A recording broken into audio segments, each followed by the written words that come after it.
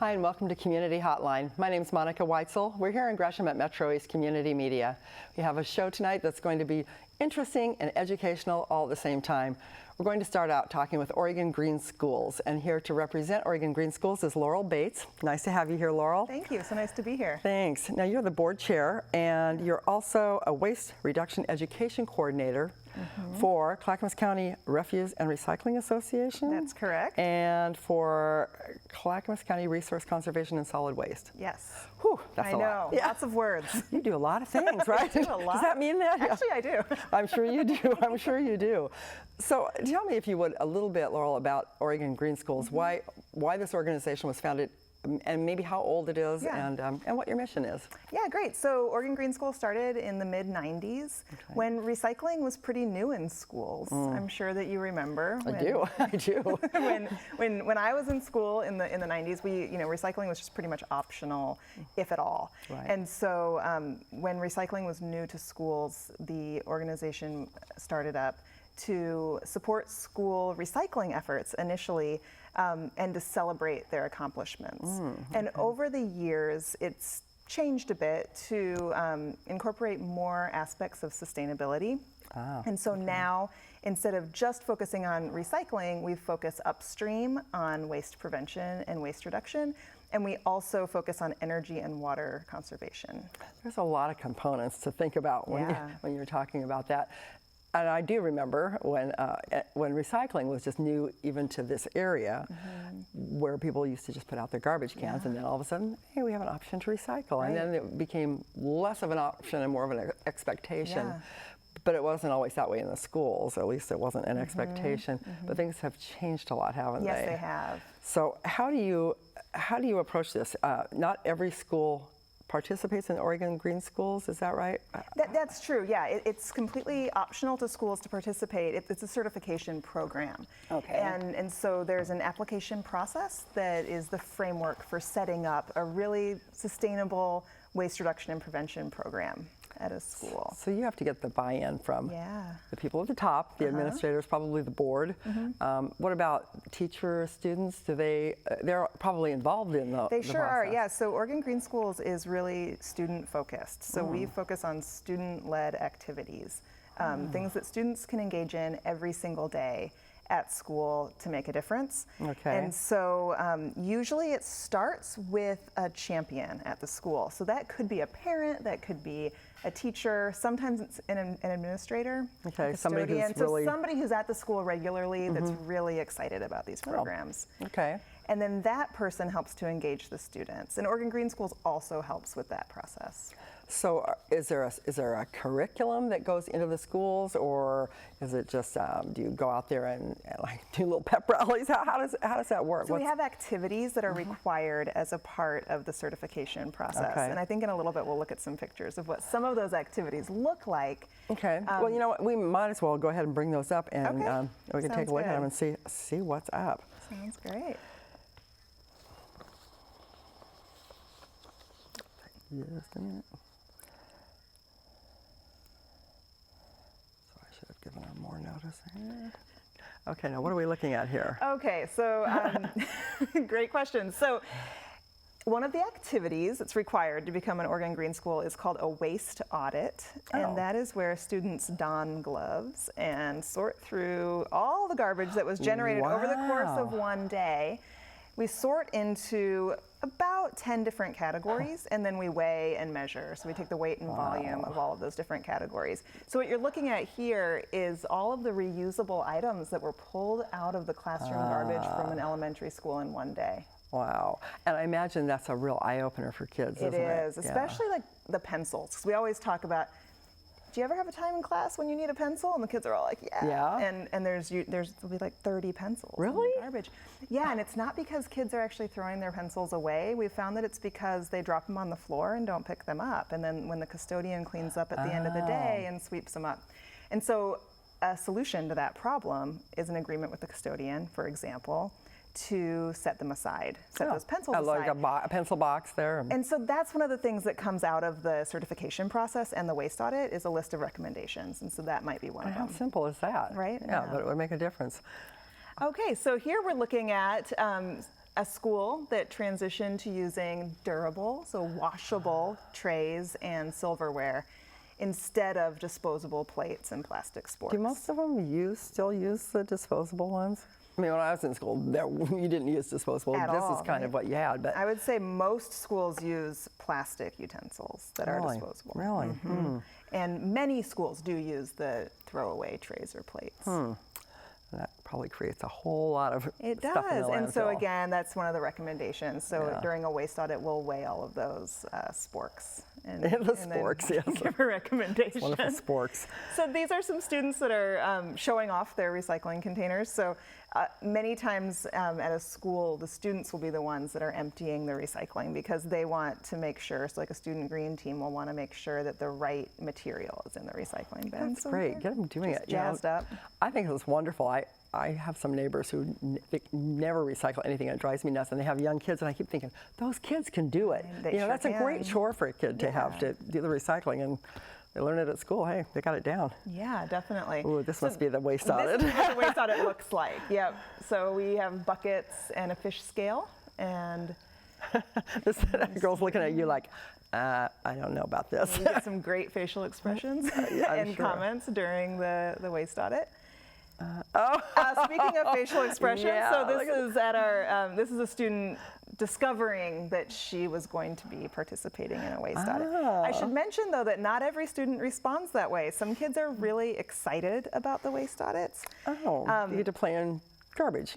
You get to play in garbage and you get to find interesting stuff. And one True. student said one day, "This is the best day of my life." Seriously. So he loved it that much. So you get that response like that. Well, and then you also that's the get kid that's going to grow up and he's going to hit every yard sale and really every happy thrift store, kids. and Yes, yeah, that's great. definitely.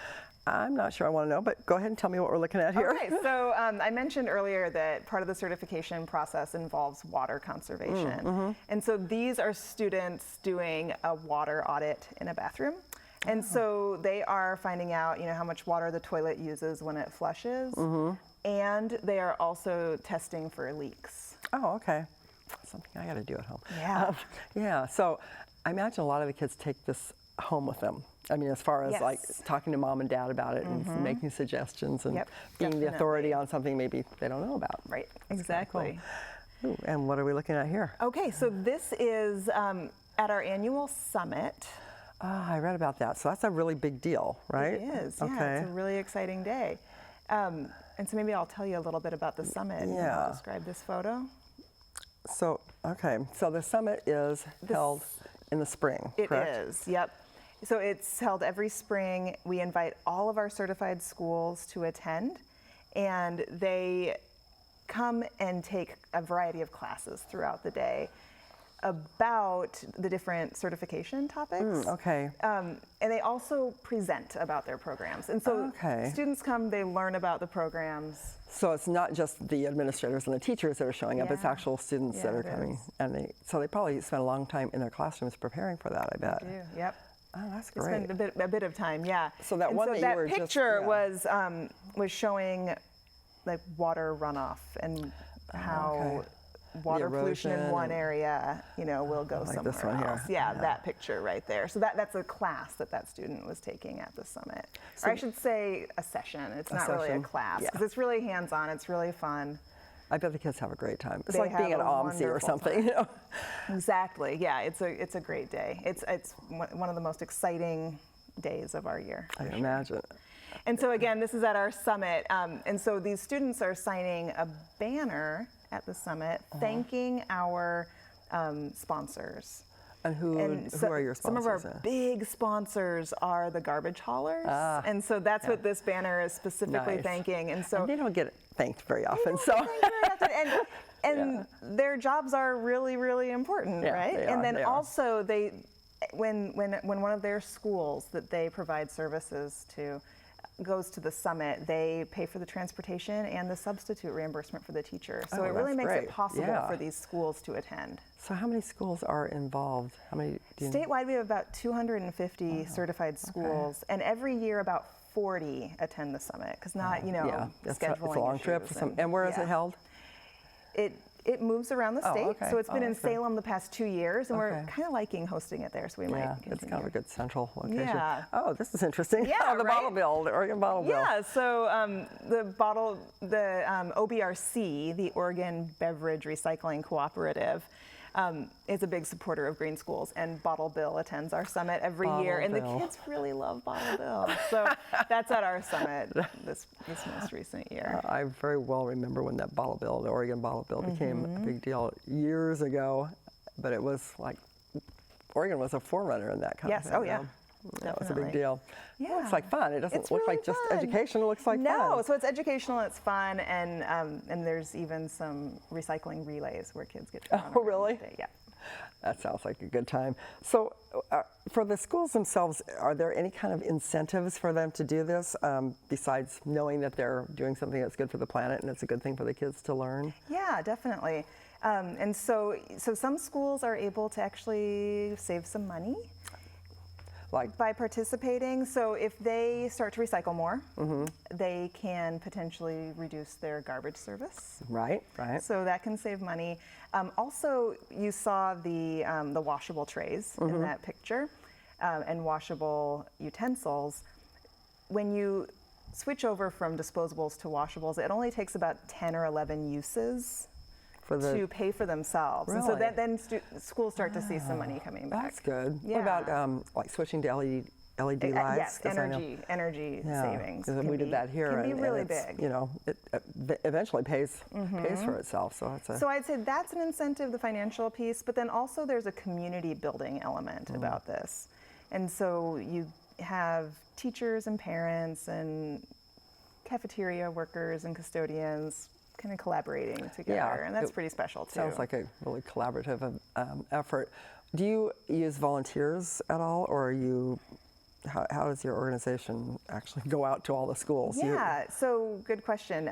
We do have volunteers for the summit every year. Okay. That's where we do our big ask for volunteers.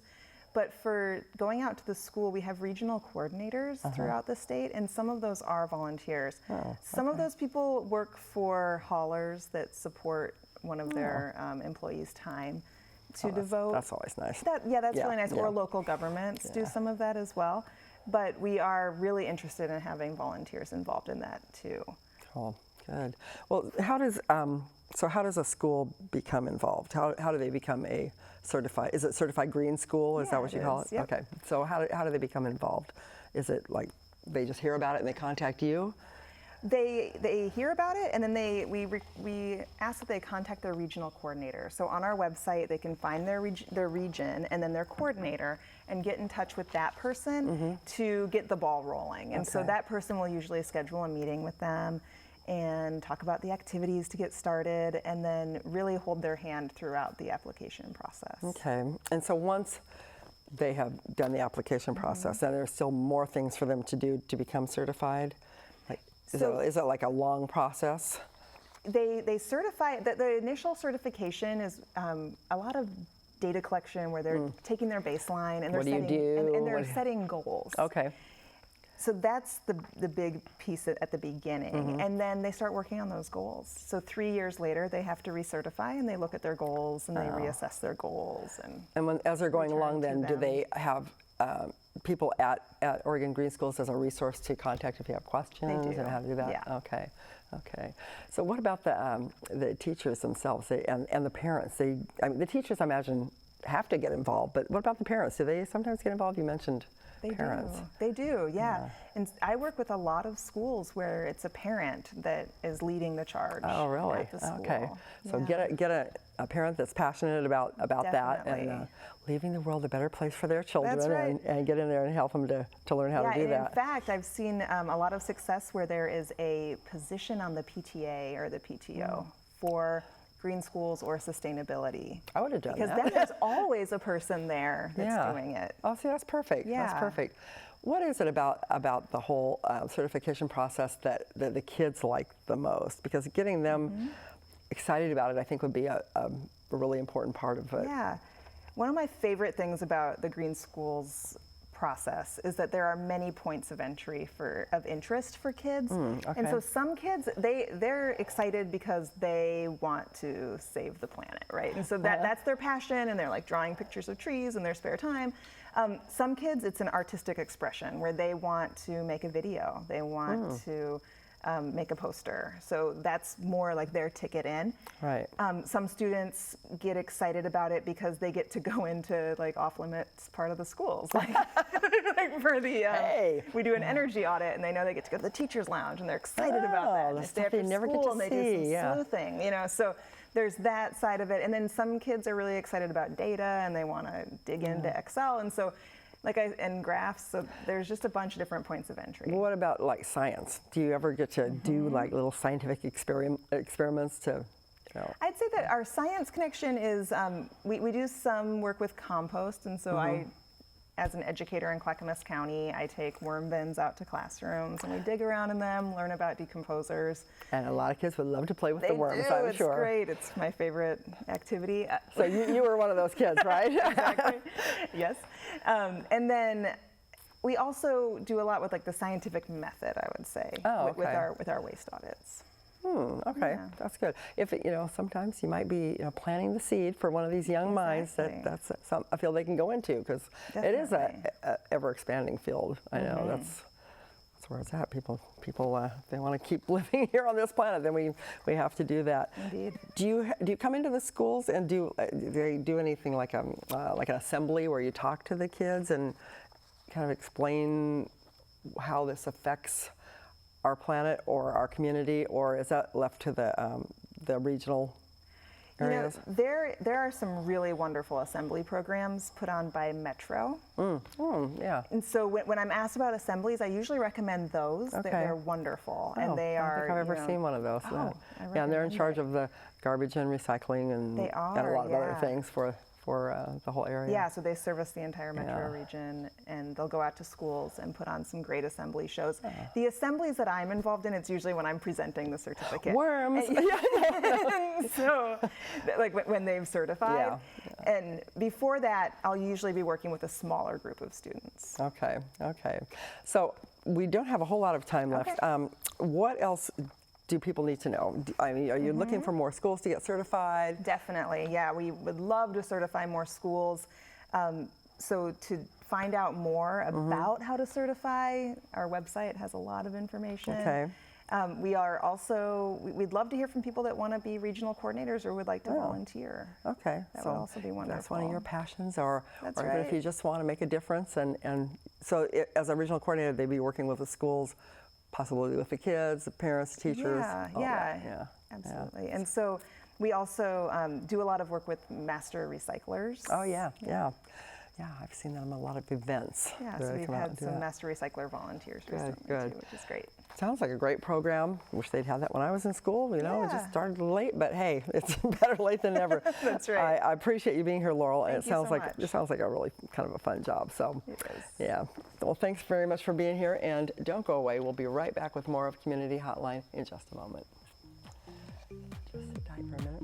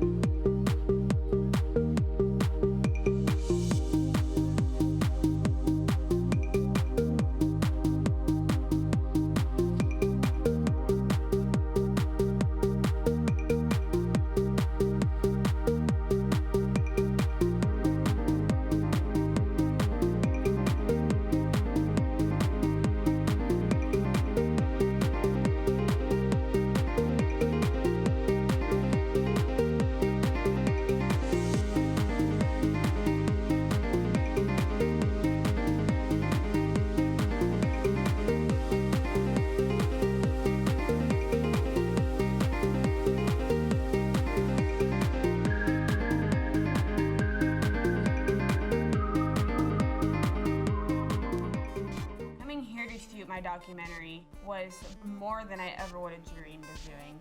This is a community media station. It was phenomenal. Ready, camera one. What is it about this place that makes so many different people come together? Ready, camera two. Very professional, experienced people. You can use these industry standard pieces of equipment. Ready, camera three. Take three.